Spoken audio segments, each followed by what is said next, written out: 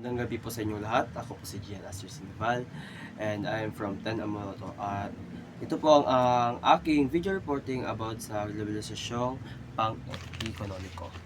So, ang globalisasyong pang-ekonomiko, pagkakaisa ng ekonomiko ng iba't ibang bansa sa pamamagitan ng pamumuhunan, teknolohiya, kalakalan at komunikasyon. Mas malaya ang palitan ng mga produkto at kapital sa buong mundo. So, ang globalisasyong ekonomiko ay isa ring proseso ng palitan ng mga produkto at serbisyo.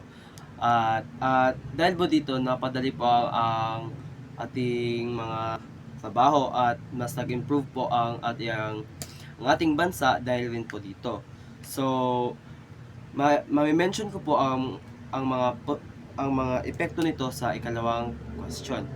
Ano ang mga positibo at negatibong epekto nito sa ating bansa at ekonomiya? So, meron pong dalawa sa positibo at meron din pong dalawa sa negatibo. So uunahin po natin ang positibong epekto. Mapaparami ang trabaho at oportunidad. So, dahil po sa globalisasyong ekonomiko is naibabahagi po natin ang serbisyo natin sa iba't ibang bansa at ang ibang bansa na rin po ay nakikibahagi rin po sila sa paglago ng ating bansa dahil po nakabibigay sila sa atin ng mga kumpanya na pwede nating applyan at makakuha ng trabaho para po makakuha ng income.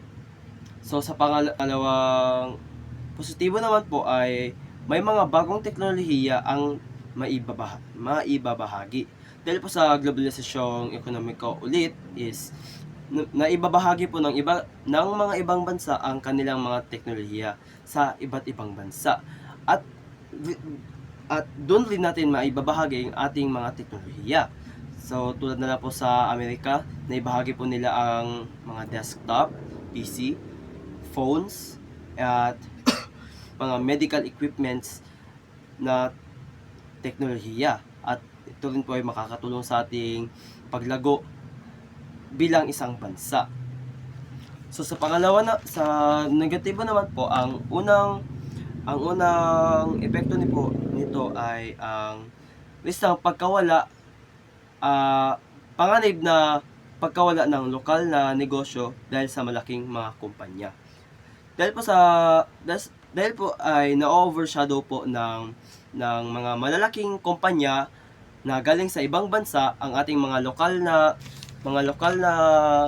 kumpanya is hindi na po natin nabibigyang pansin o hindi na rin po tayo nakakabili ng mga produkto na galing po sa atin at tagmula sa atin. So mas nagiging dependent tayo sa ibang bansa.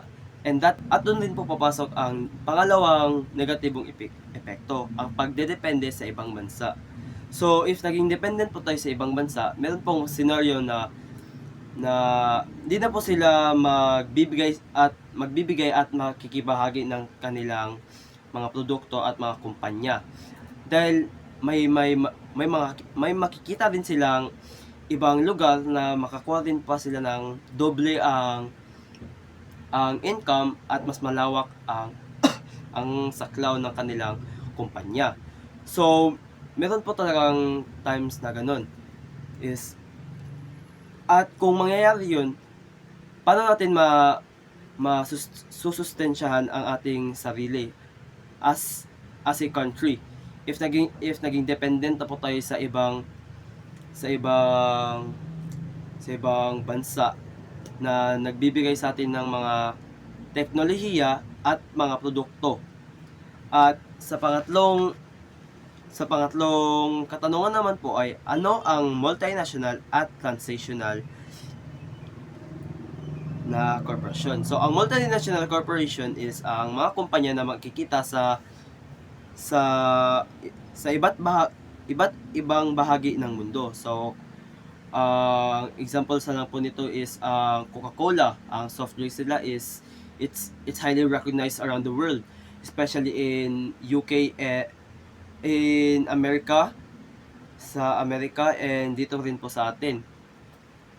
At another naman po ay ang Toyota, ang kanilang automotives na mga produkto. At marami rin po tayong halos lahat po ng mga transportasyon na mga sasakyan nating gamit ay mostly Toyota, Hyundai, at Toyota, Hyundai, at Ford na galing sa Japan, sa China, at sa Amerika. So yun po ang multinational corporation. Ang multinational corporation ay makikita sa iba't ibang bahagi ng mundo. So ang transnational naman po is, it is considered as superior. Mas superior siya kesa sa MNC. Dahil hindi lang ito nakasentro sa isang bansa. Ito ay isang operation sa iba't ibang bansa, at katulad na lang, at ang example na lang po nito ay ang Nestle at ang Unilever. So hindi lang po ang isang bansa ang nagpo-produce ng mga services at mga produkto, kundi isa siyang operation ng iba't ibang bansa. At dahil dun, natawag siyang transitional corporation. At yun lamang po. Salamat.